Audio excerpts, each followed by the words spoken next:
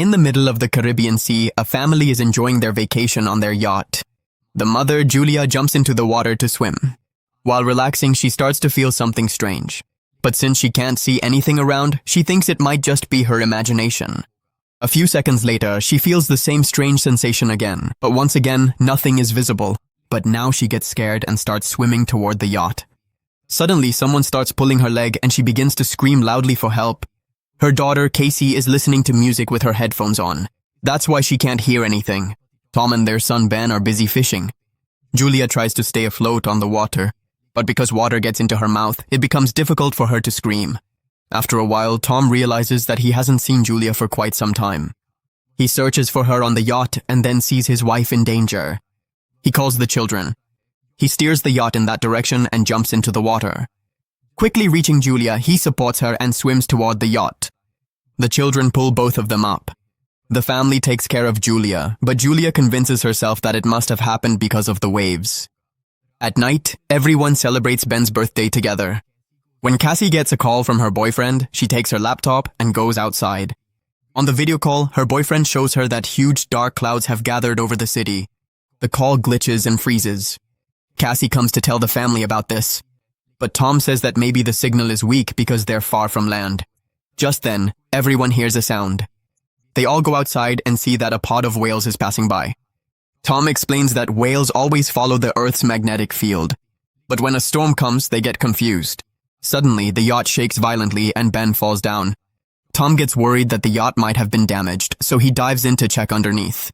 After a while, he comes back to the surface, but there is a big wound on his shoulder. Julia immediately stitches up his wound. Tom says that underwater, he felt as if there was a huge creature behind him. But when he turned around, he got cut by the propeller. He says that whatever it was very big. Tom sees a lot of damage to the yacht, so they have to call for help. Julia keeps trying on the radio again and again.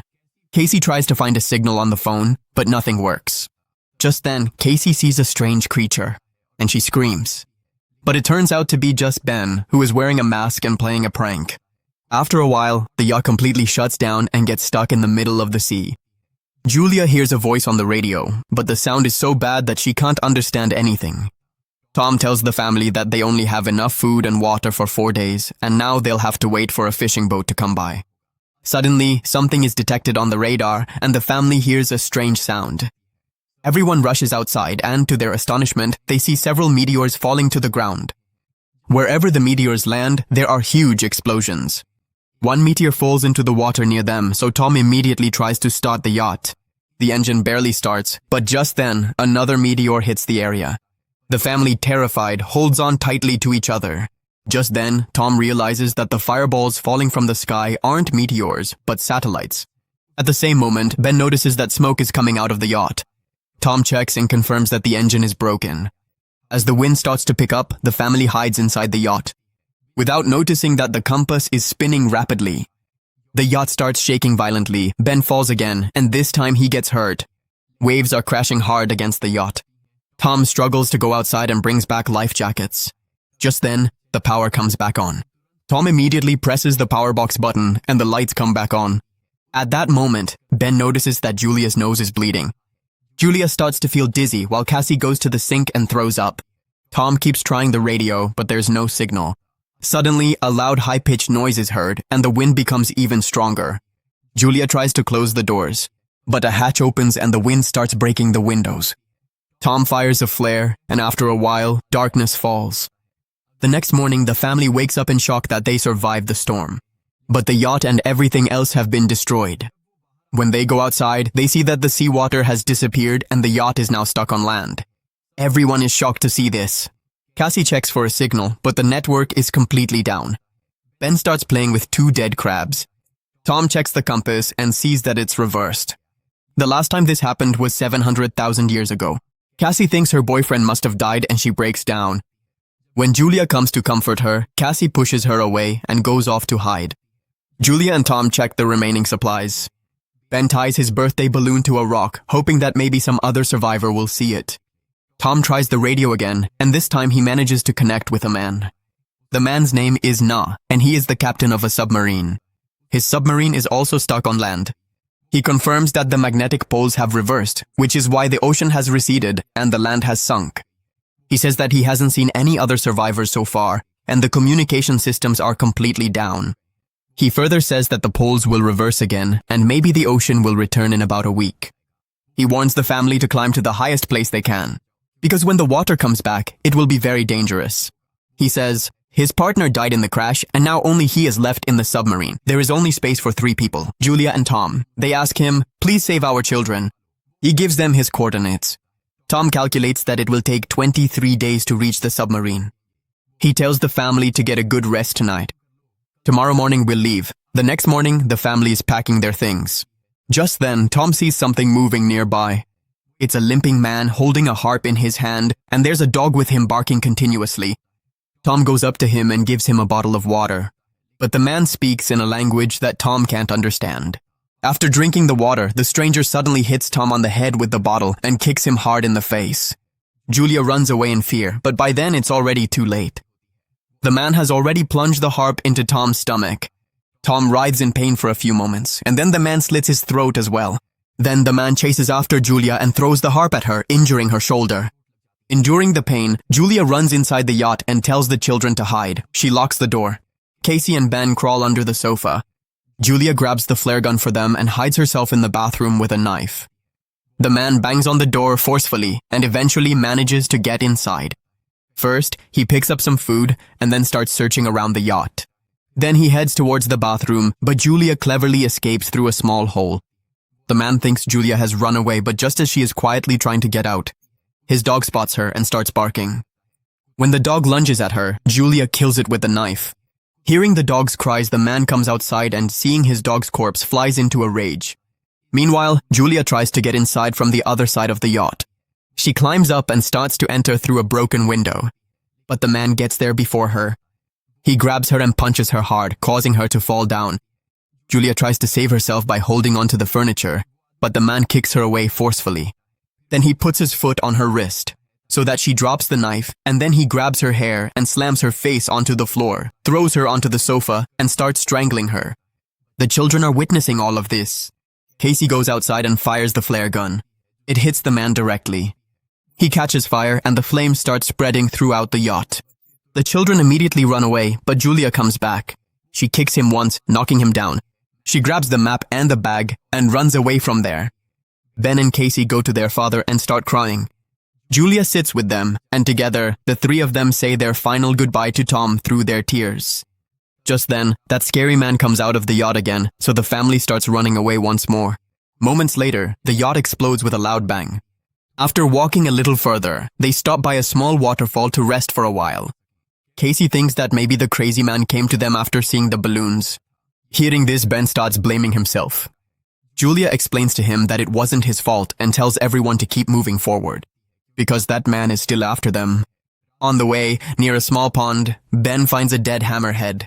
He is shocked to see the shark, and just then Julia notices that the man is about to get close to them again. Everyone starts running and they tumble down a sand dune where they see toxic waste. The family carefully crosses it, and it seems like they've finally shaken off that man. As they keep walking, they start seeing large dead sea animals and all the plastic accumulated under the ocean. Ben starts walking slowly, so Julia realizes that he's close to dehydration. She tells everyone to stop. When she sees the water bottle, she is shocked. The water in the bottle is almost finished. Casey realizes that maybe she hadn't closed the bottle properly. Julia yells angrily that because of her carelessness, the water is gone. Casey replies, "What difference does it make? Anyway, we're not going to survive." A long argument breaks out between the two, but the family keeps moving forward. After a while, they come across a crashed plane. Everyone gets scared when they see something moving inside, but it's just some birds. The family decides to spend the night inside the plane. They share a few snacks, and Julia finds a family photo in Tom's jacket, which breaks her heart when she sees it. Casey asks, "Mom, what was your and Dad's love story?" Julia smiles and begins to tell her, "Tom was my patient in the hospital. Then one day he expressed his love by giving me flowers and a sweet little poem." In the middle of the night, Casey goes outside the plane. Just then, that scary man tries to grab her from behind. But suddenly, Julia attacks him from behind and kills him by stabbing him repeatedly with a knife. Casey calms her mother by hugging her. The next morning, worms and bugs are crawling all over that man's corpse. The family notices that there are several bite marks on his body. This means that some dangerous creature is hiding in this area. As soon as they move away from there, crabs start coming out of his mouth. A few hours later, Julia and Casey are looking at the map. But Ben quietly moves ahead. Julia shouts, "Stop!" But Ben bends down at a pond and starts drinking the water. Julia immediately pulls him out and explains that unknown water could make him sick. The sun becomes very intense, so the family covers their heads with clothes. Ben starts to feel dizzy. Just then, they find some old chairs, and Julia and Casey use them to make a temporary shelter. Julia gives Ben an injection and decides that they will spend the night there and leave in the morning. Julia wakes up after hearing a strange sound, and when she goes outside to check, she sees a large swarm of crabs coming toward them. She immediately wakes up the children, and all three of them start running. While running, they spot a large cargo ship. There are 3 crew members there. One woman wants to help them, but the other 2 men refuse, and the 3 of them lock the container, leaving the family outside. The crabs come closer. Julia helps the children climb on top of the container. When she tries to climb up herself, the crabs bite her leg hard.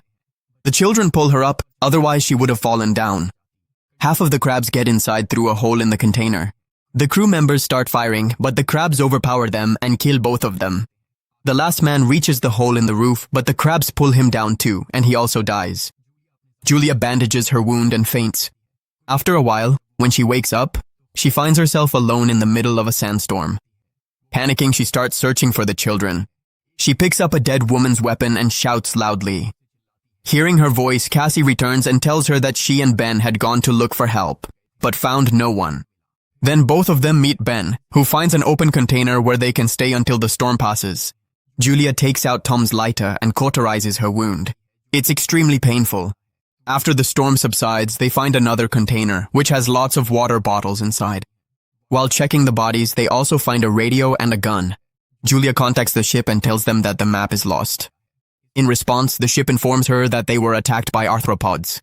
These are now creatures that have gone completely insane because of the oxygen.